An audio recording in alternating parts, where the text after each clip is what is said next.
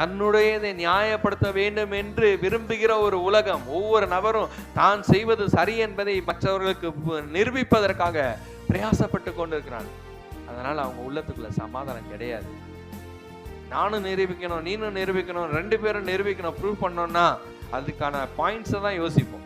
என்னோடதை நிரூபிப்பதற்கு என்கிட்ட என்ன தரமான பாயிண்ட்ஸ் இருக்கு. நான் 4 பாயிண்ட்ஸ் பேசுவேன், அவங்க 4 பாயிண்ட்ஸ் பேசுவாங்க. கடைசி வரைக்கும் சமாதானம் உண்டாகாது, எரிச்சல் தான் உண்டாகும்.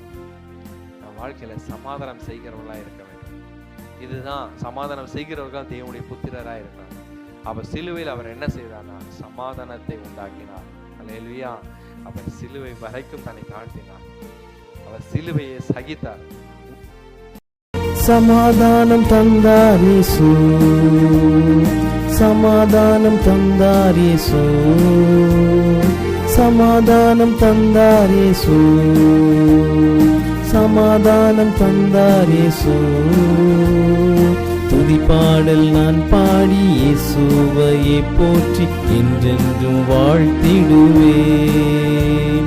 துதிப்பாடல் நான் பாடி இயேசுவையே போற்றி என்றென்றும் வாழ்த்திடுவேன்.